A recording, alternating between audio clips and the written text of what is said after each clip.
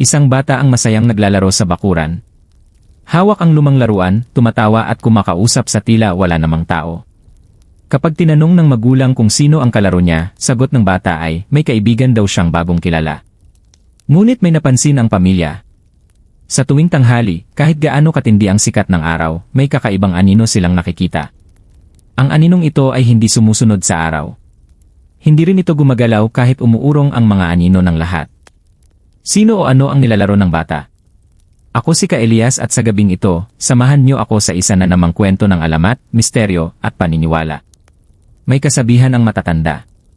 Kapag ang isang bata raw ay may kalaro na hindi nakikita ng iba, malaki ang posibilidad na isa itong espiritu.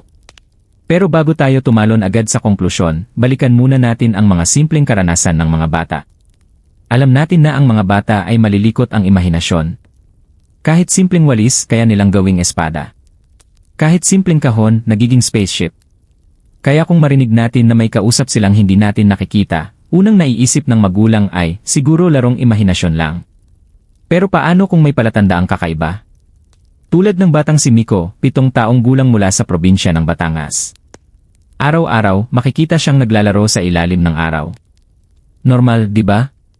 Pero mapapansin, may kausap siya at natatawa. Kapag tinanong ng nanay niya kung sino ang kasama, sagot ni Miko ay, Kuya Jun po. Nagulat ang pamilya dahil wala naman silang kilalang Kuya Jun sa lugar. Lalo pang nakakapagtaka, isang araw, nakaupo si Miko sa tabi ng puno ng mangga. Nandoon din ang pinsan niyang si Liza. Sabi ni Liza, nakikita raw niya si Miko na may kaharap. Pero sa mata niya wala namang tao. At ito pa ang mas nakakakilabot. Habang papalubog ang araw, napansin ng lola ni Miko na may 2 anino sa lupa. Ang isa ay anino ni Miko, gumagalaw at umaayon sa sikat ng araw.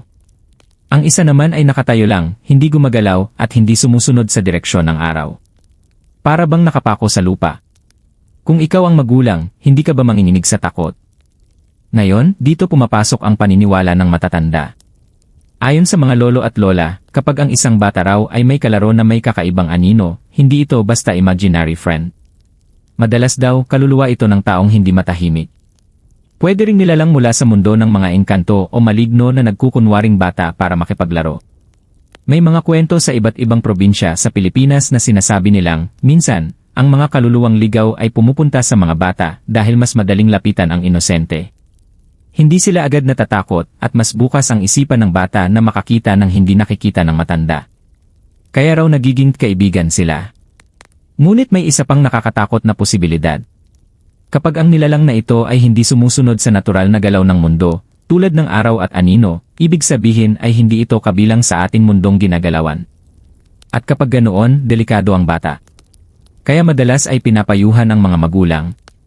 Kapag ang anak ay may ganitong karanasan, obserbahan agad. May pagbabago ba sa ugali ng bata? Nagiging tahimik ba siya, o madalas nagagalit kapag pinipigilan sa paglalaro? Baka raw kasi unti-unti nang naapektuhan ang kanyang kaluluwa. Sa isang kwento na nakuha ko mula sa Laguna, may batang babae na halos araw-araw ay nakikipaglaro sa kanyang imaginary friend. Napansin ng pamilya na lumalakas siya sa umpisa, masigla at malakas kumain. Pero kalaunan, bigla itong pumayat, lumamlam ang mga mata, at parang laging pagod. Nang dalhin sa albularyo, ang sabi, nilalaro raw ng isang kaluluwang hindi makaalis. At ang anino na lagi nilang napapansin sa bakuran, iyon daw ang palatandaan na may kasamang hindi pangkaraniwan ng bata. Kung mapapansin niyo, parang simple lang, imaginary friend. Pero kung isa-isahin natin ang mga nakakatakot na detalye, mapapaisip ka kung hanggang saan nga ba ang kapangyarihan ng imahinasyon ng bata, at kung saan naman nagsisimula ang misteryo ng kabilang mundo. Ang tanong ngayon, sino si Kuya Jun na nakikita ni Miko? At bakit hindi sumusunod sa araw ang anino? Kung nagustuhan mo ang unang bahagi ng kwento, huwag kalimutang i-like ang video, mag-subscribe sa channel na ito, at i-save para balikan kung gusto mong pakinggan ulit. Marami pa tayong tatalakayin tungkol sa mga batang may kaibigang hindi natin nakikita, at kung ano ang mga posibleng dahilan sa likod nito. Sa pagpapatuloy ng ating kwento tungkol sa batang may imaginary friend na hindi umuurong sa araw, mas lalong nagiging misteryoso ang mga detalye. Kung tutuusin, maraming paliwanag ang nakapalibot dito. At syempre, hindi mawawala ang mga paniniwala ng ating mga ninuno. Naaalala ko pa ang kwento ng isang kaibigan kong taga Nueva Ecija. Noon daw ay may kapitbahay sila na batang babae, mahilig maglaro sa labas tuwing hapon. Laging may kausap, tumatawa at nagkukwento. Akala ng mga magulang normal lang ito. Ngunit isang araw may nakapansin. Sa ilalim ng papalubog na araw, nakita ng mga kapitbahay na 3 ang anino sa likod ng bata. Isa lang ang bata pero 3 ang anino. Ang isa roon ay hindi kumikilos. Nakakatindig balahibo, di ba? Dito pumapasok ang mga paniniwala. Una, ayon sa matatanda, ang mga aninong hindi sumusunod sa araw ay maaaring anino ng mga kaluluwang hindi makatawid. Tinatawag ito ng ilan bilang ligaw na espiritu. Ayon pa sa kanila, kapag pinapansin ng bata ang espiritong ito, mas lalong lumalakas ang koneksyon. May isa pang paniniwala. Ang mga engkanto raw ay kayang magpakita bilang bata o matanda, depende sa gusto nila.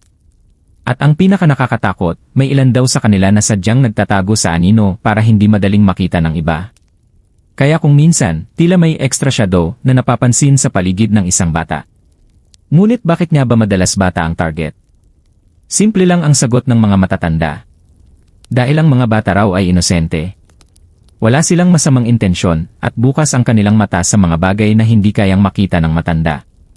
Para bang mas manipis ang belo na naghihiwalay sa kanila at sa mundo ng mga espiritu. Kung ikukumpara mo, ang mga matatanda ay sanay na. May mga pinaniniwalaan pero madalas ay may duda. Ang bata, kapag may nakitang kakaiba, hindi agad nagdadalawang isip. Tinatanggap nila bilang totoo. Kaya kung isang kaluluwang ligaw ang naghahanap ng makakausap, natural na bata ang lalapitan. Ngayon, hindi lang basta espiritu ang posibleng kasama ng batang may kaibigan na hindi umuurong ang anino. Mayroon ding posibilidad na maligno. Sa ilang paniniwala, may mga nilalang na sumisipsip ng lakas o enerhiya ng tao. At ang mas madaling target nila ay mga bata. Kapag napansin ng pamilya na unti-unting nanghihina ang anak, pero hindi naman siya may sakit, minsan dito na pumapasok ang takot na baka may kakaibang nilalang na nakadikit sa bata. Balikan natin ang kwento ni Miko. Noong una, masigla at masaya siya sa paglalaro kasama si Kuya Jun pero kalaunan, napansin ng pamilya na mas madalas na siyang nagkukulong sa kwarto, hindi na masyadong kumakain at laging inaantok. Ang nakakapagtaka, tuwing pipilitin siyang huwag lumabas para makipaglaro, bigla siyang nagagalit. Halos hindi siya makontrol. Parang ibang bata na ang kaharap nila. Kung ikaw ang magulang, mahirap i-explain kung bakit nagbabago ang ugali ng anak. Ang unang naiisip, baka simpleng yugto lang ng paglaki. Pero kapag nadadagdagan ng misteryosong anino at kakaibang kaibigan, dito na pumapasok ang pangamba. May kwento pa mula sa Iloilo. Isang batang lalaki ang laging naglalaro sa may puno ng santol. Lagi siyang may kausap at ang sabi niya, kaibigan daw niya ang isang batang nakaputing damit. Kapag tinatanong kung ano ang pangalan ng kaibigan, wala siyang masagot, basta daw kaibigan niya ito. Pero isang gabi, habang may lamay sa kapitbahay, napansin ng mga tao na ang batang ito ay nakikipaglaro rin sa may gilid ng lamay. Ang problema, wala namang ibang batang naglalaro doon. Nang lapitan ng isang matanda, nakita niya ang bata at isang anino na nakatayo lang, hindi gumagalaw. Ang matanda ay agad nagdasal ng orasyon at pagbalik ng tingin, nag-iisa na lang ang batang lalaki. Doon na pinayuhan ang pamilya na bantayan siya dahil baka raw tuluyang mapalapit ang bata sa nilalang na yon. Nakakakilabot isipin pero bahagi ito ng kultura at paniniwala natin bilang mga Pilipino. Kaya nga hanggang ngayon, kahit modern na ang panahon, naniniwala pa rin ang marami na ang mga bata ay may kakayahang makakita ng hindi nakikita ng iba. Ngayon, tanungin natin ang sarili.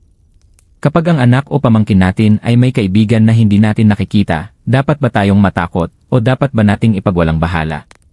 Sa ngayon, natutunan natin na hindi lahat ng imaginary friend ay simpleng imahinasyon lang.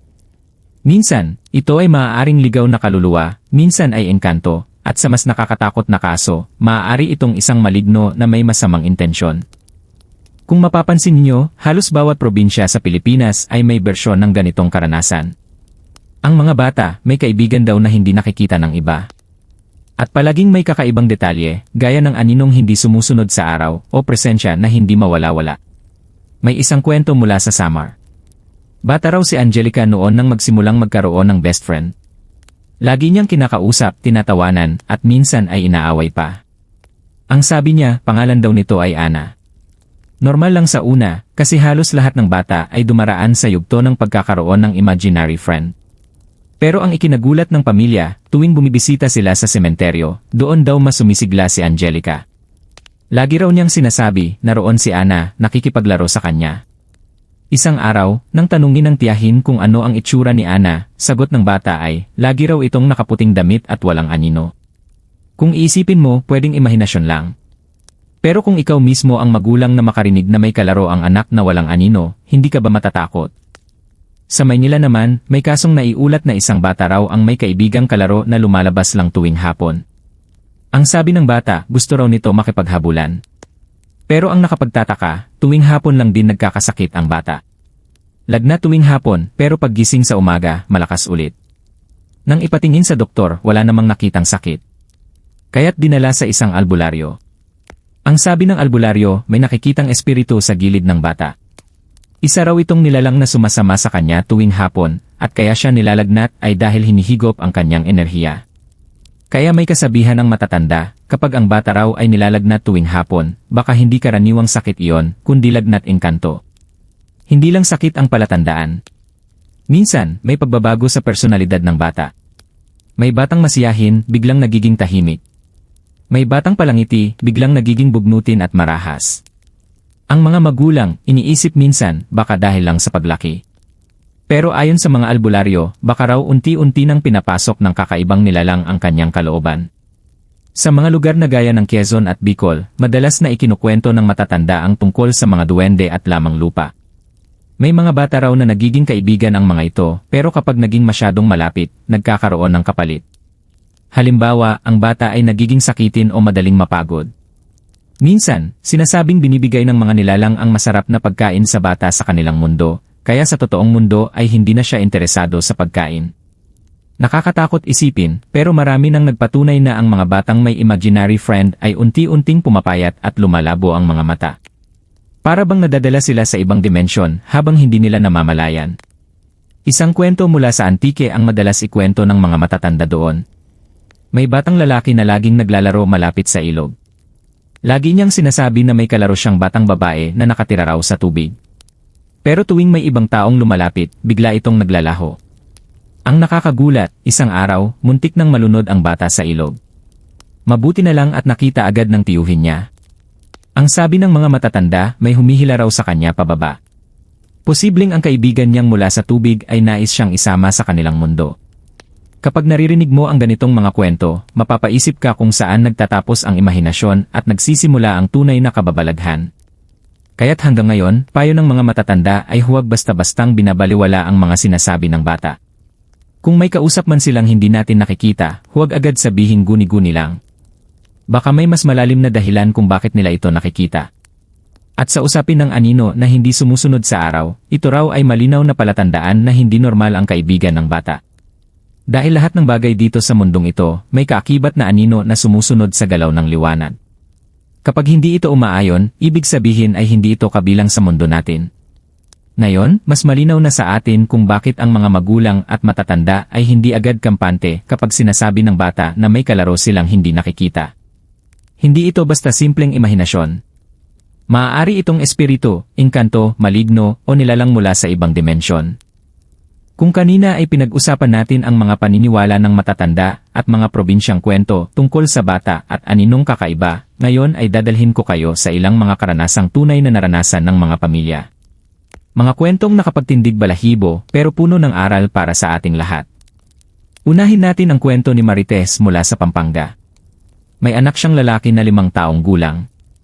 Madalas itong naglalaro sa sala habang siya ay nagluluto.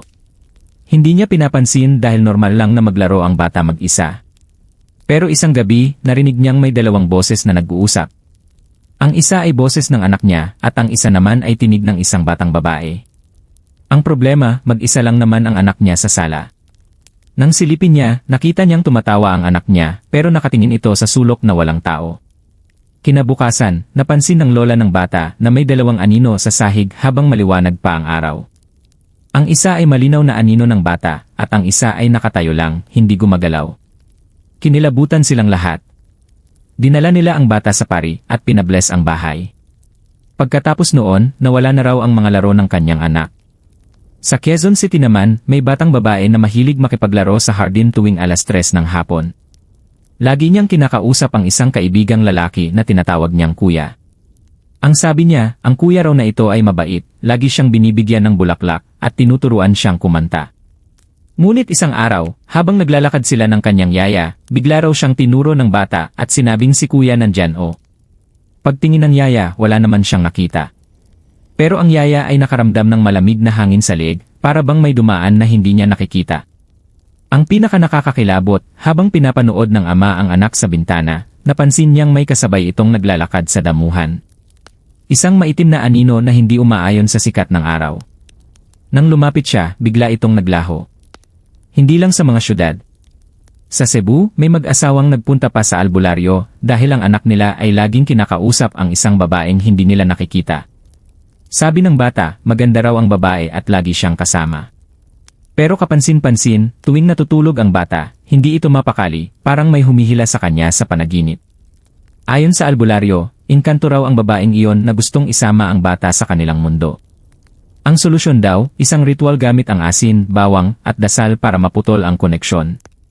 Ang mga kwento na ito ay hindi lang basta nakakatakot. Nakakayak din kung isipin. Isipin mo, anak mo mismo ang nagsasabing may kaibigan siya. Siyempre bilang magulang, gugustuhin mong paniwalaan siya. Pero paano kung yung kaibigan na yon ay may dalang kapahamakan?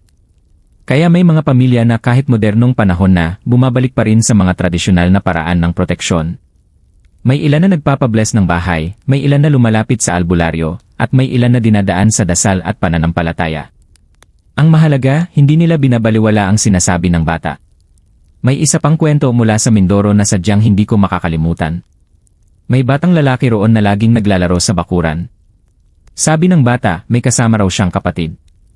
Nang tanungin ng ina kung sino yon, sagot ng bata, kapatid daw niya na namatay bago siya ipinanganak. Kinilabutan ng pamilya dahil totoo ngang may naunang anak ang ina na hindi na isalba noong ipinagbubuntis.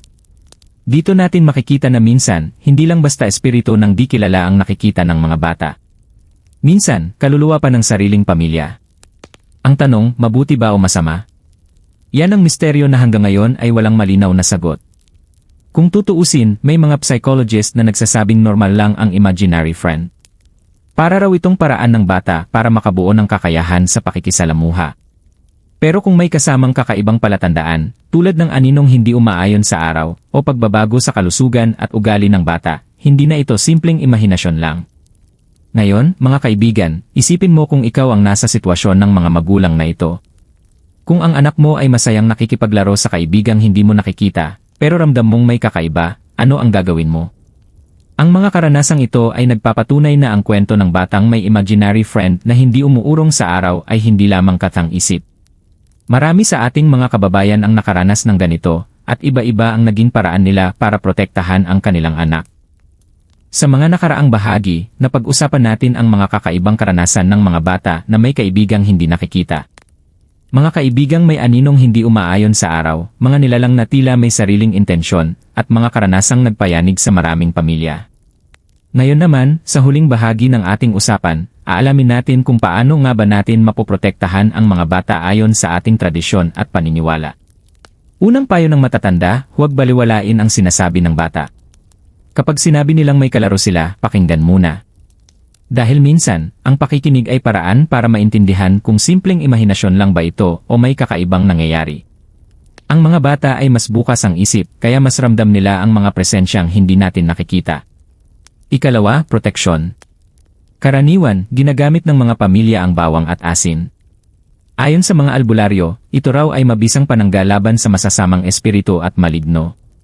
Minsan, inilalagay ang asin sa apat na sulok ng bahay o sa ilalim ng unan ng bata. Ang bawang naman ay isinasabit sa pintuan o bintana para hindi makapasok ang masasamang nilalang. Ikatlo, may mga naglalagay ng pulang laso sa braso o paa ng bata. Ayon sa paniniwala, ito ay nagiging proteksyon laban sa mga lamang lupa at engkanto. Ang pula raw kasi ay kulay na kinatatakutan ng mga maligno. Ikaapat, ang dasal. Maraming pamilya ang naniniwala na walang mas makapangyarihan kundi ang pananampalataya. Ang simpleng pagdarasal tuwing gabi, o paglalagay ng crucifix sa silid ng bata, ay nagbibigay ng kapanatagan sa buong pamilya. May mga pagkakataon na kapag nadalangin na, biglang nawawala ang kakaibang presensya. Ikalima, mga ritual ng matatanda. Sa ilang probinsya, may tinatawag na pagpapausok. Nagpapasunog ng insenso o dahon ng banaba at pinaikot ito sa loob ng bahay para maitaboy ang mga espiritu. May mga gumagawa rin ng pag-aalay, tulad ng pagkain o bulaklak na iniiwan sa puno o sa tabi ng ilog para makiusap sa mga nilalang na huwag nang gambalain ang bata. Hindi lang basta proteksyon, may payo rin para sa mismong bata. Kapag nakikita o nararamdaman niya ang presensya, turuan siyang magdasal. Ang mga magulang ay dapat palaging nasa tabi niya, ipakita na hindi siya nag-iisa. Dahil minsan, mas lumalakas ang kapit ng nilalang kapag nararamdaman ng bata na siya ay laging mag-isa. Ngunit hindi lahat ng pamahiin ay takot ang dala. May ilan ding nagsasabing minsan, ang mga batang nakakakita ng hindi nakikita ay may kakaibang kaloob. Sila raw ay mas sensitibo, mas malapit sa mundo ng espiritu. Ang iba sa kanila ay nagiging albularyo, manggagamot o tagapagpagaling paglaki. Kaya't sa halip na katakutan, tinatanggap nila ito bilang tanda ng kakaibang biyaya. Pero syempre, hindi natin pwedeng isugal ang kaligtasan ng bata. Kaya't kapag napansin ng pamilya na ang anak ay unti-unting nanghihina, nagkakasakit o nagbabago ang ugali, huwag nang ipagsawalang bahala. Humanap ng tulong, mapapari, pastor o albularyo man, ang mahalaga ay hindi hinahayaan na masira ang kaluluwa ng bata. Naalala ko tuloy ang kwento ng isang pamilya sa Davao. Ang anak nila ay may kaibigan daw na hindi nakikita. Tuwing gabi, may naririnig silang tumatawa at kumakatok sa bintana. Ang ginawa ng pamilya, nagdasal silang magkakasama bawat gabi, at pagkatapos ng ilang linggo, tuluyan nang nawala ang kakaibang presensya. Ang sabi nila, hindi nila alam kung imahinasyon ba ng anak o espiritu talaga, pero ang importante ay naging buo sila bilang pamilya sa pagharap dito. At marahil, iyon ang pinakamahalagang mensahe ng lahat ng ito.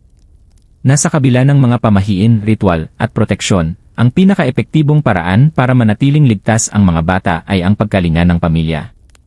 Ang pag-aalaga, pagmamahal, at pananampalataya ang tunay na sandata laban sa anumang dilim na gustong pumasok sa kanilang buhay. Mga kaibigan, natapos natin ang isang oras ng kwento tungkol sa batang may imaginary friend na hindi umuurong sa araw. Nalaman natin na hindi lahat ng nakikita ng bata ay dapat ipagwalang bahala. May mga pagkakataon na simpleng imahinasyon lang, pero may mga pagkakataon din na ito ay koneksyon sa mundong hindi natin lubos na nauunawaan. Kung may anak, apo, o pamangkin ka na nagsasabing may kaibigan silang kakaiba, huwag mo silang pagtawanan. Pakinggan mo sila, intindihin at higit sa lahat, protektahan. Dahil sa huli, ang mundo ng mga bata ay masyadong mahalaga para hayaan nating pasukin ng misteryo ng dilim. Ako si Ka Elias, at ito ang isa na namang gabing puno ng alamat, misteryo, at paniniwala. Huwag kalimutang i-like ang video, mag-subscribe, at i-share sa iba para mas marami pa tayong makasama sa ating paglalakbay sa mga kwento ng kababalaghan. Hanggang sa susunod, mga kaibigan. Ingat at manatiling gising sa mga misteryo ng ating mundo.